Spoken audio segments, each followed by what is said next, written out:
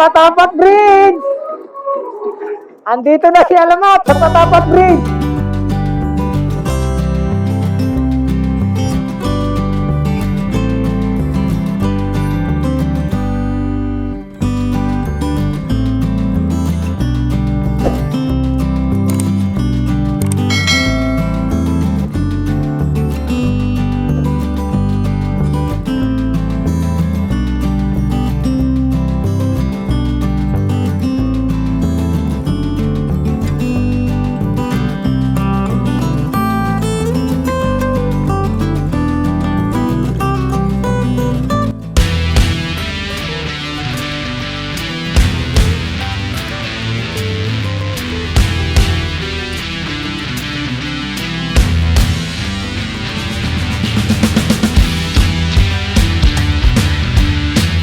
Papasok na tayo mga kalamat sa Claveria. Ayan o. Ayan yung arko nila. Claveria. Let's go mga kalamat. Ride na uli. Ride safe sa atin. Ride safe sa amin. Ang lakas ng ulan siguro dito kanina kasi basang-basa yung kalsada. Buti hindi natin nasagupa. Ginagawa pa ito lang rito. Di pa gawa, no? Pag nagawa yan, ang ganda yan.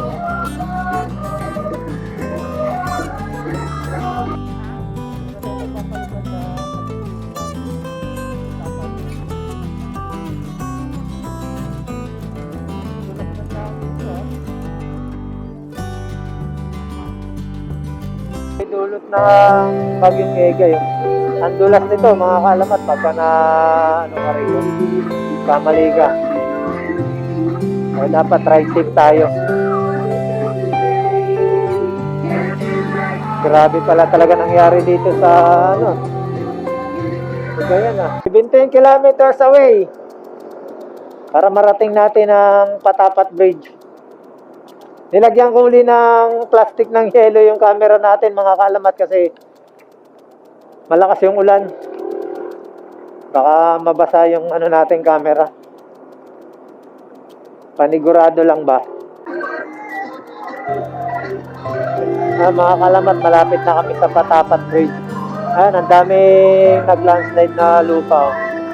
Buti, naagapan na ng local government nila rito. Ginawa na nila kagad ng paraan para madaanan ng mga motorista yung madulas.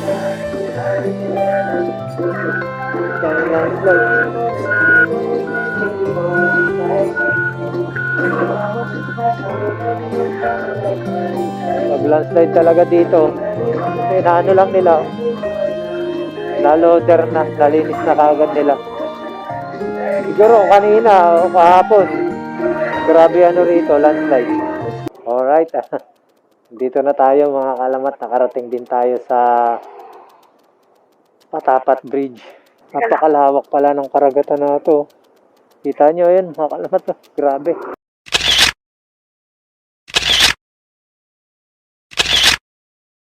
Patapat Bridge!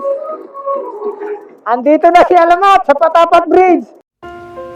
Ang Patapat Viaduct o mas kilala sa Patapat Bridge ay isang mahabang tulay sa baybaying dagat sa bayan ng Pabudpud, Ilocos Norte.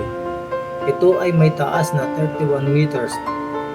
Isa itong konkretong tulay na may habang 1.3 km at nag-uugnay sa lansangang Maharlika mula Rehiyong Ilocos papuntang Lambak, Cagayan.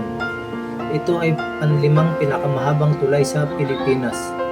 Ang Patapat Viaduct ay hindi lamang nagbibigay sa mga motorista ng magandang tanawid sa dalampasigan, ngunit nilulutas din nito ang problema ng pagguho ng lupa na nagdudulot ng malaking aksidente sa sasakyan sa lugar. Ang konkretong tulay sa baybayin ay may dalawang linya. Ito ay tinayo ng Hanel Development Corporation at natapos noong October 1986. Ang San Juanico Bridge at Patapat Viaduct ay parehong proyektong ginawa sa ilalim ng Administrasyong Marcos. Kaya ang mga kalsada ay may pagkakatulad o mayroon silang pagkakahawig. Thank you, Lord! At maraming salamat sa mga bago nating subscriber na nagpa-picture sa atin.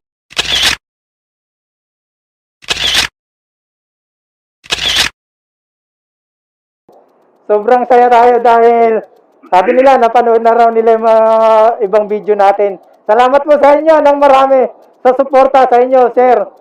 Sir Marlon. Ay, tama ba? Lahat sa inyo, Sir. Maraming salamat. Alright! Patapat Bridge!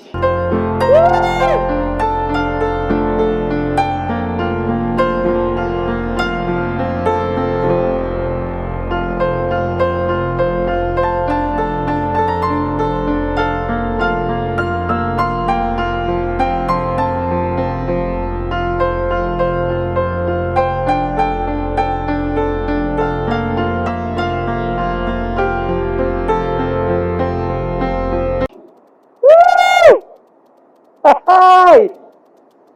Andito na si Alamat! Ayos! Napakasarap ng pakiramdam! Napakasaya! Woohoo!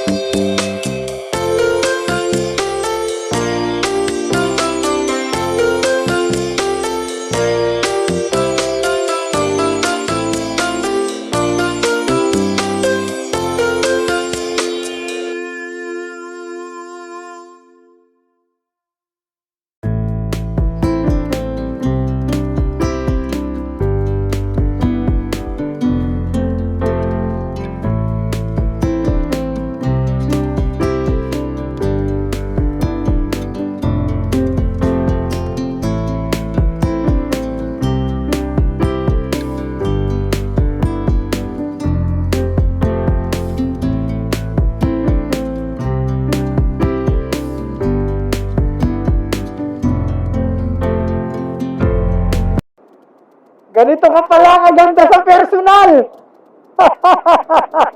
Ang saya!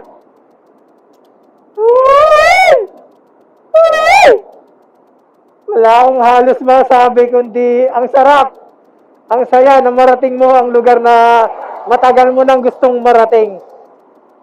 Woo! Grabe! Napakaganda!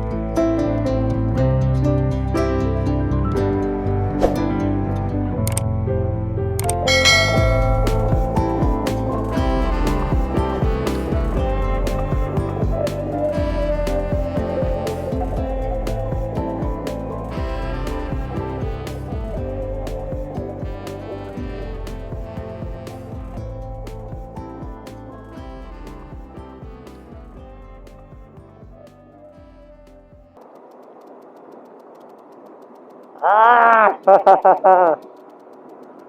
Sobra. Ang saya ko talaga. Oh, may ano pa rito. Ayun oh. May pulse pala rito. Ayun.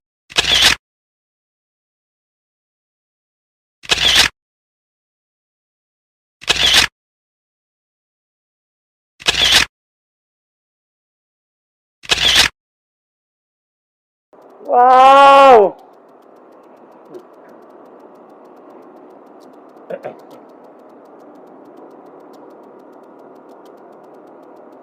Wow, napakaganda mo talaga.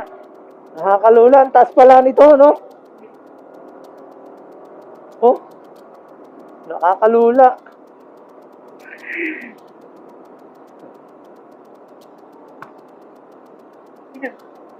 Patapat Bridge!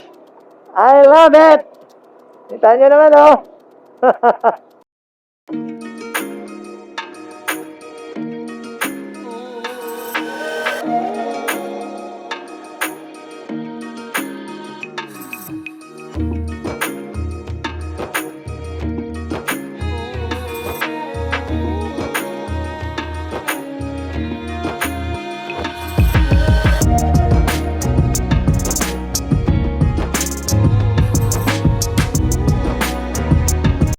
Ang ganda pala rito talaga.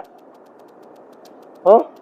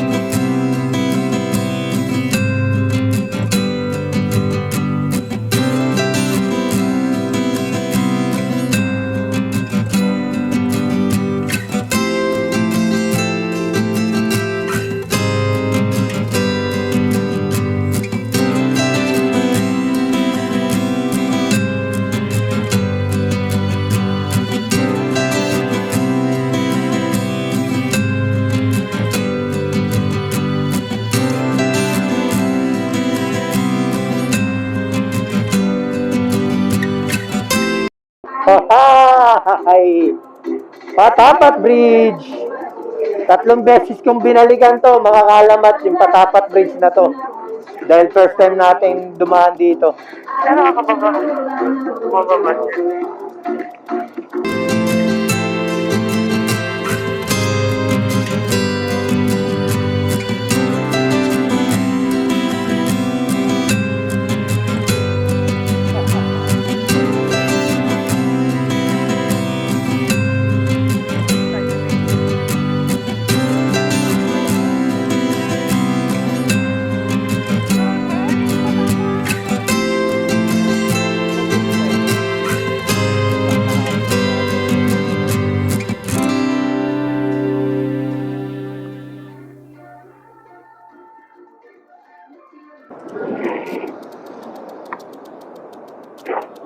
Ayan, mga kalamat, nakikita nyo ba yung mga malalaking electric pa na yan? Oh? Ayun, oh.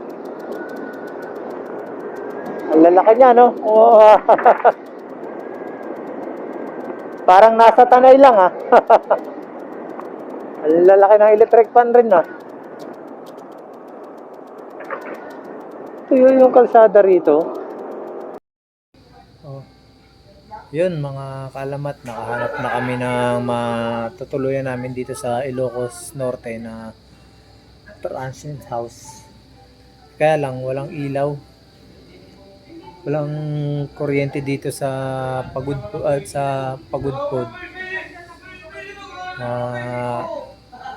Nag-taste na lang muna. Ayan oh, yung ano namin. Wala siyang ilaw. Importante, ano tayo, makapagpahinga tayo. Ba't ganyan? Okay lang yan. Sige po yan. Yan. At ito yung ano natin, yung day 3 natin na biyahe. Galing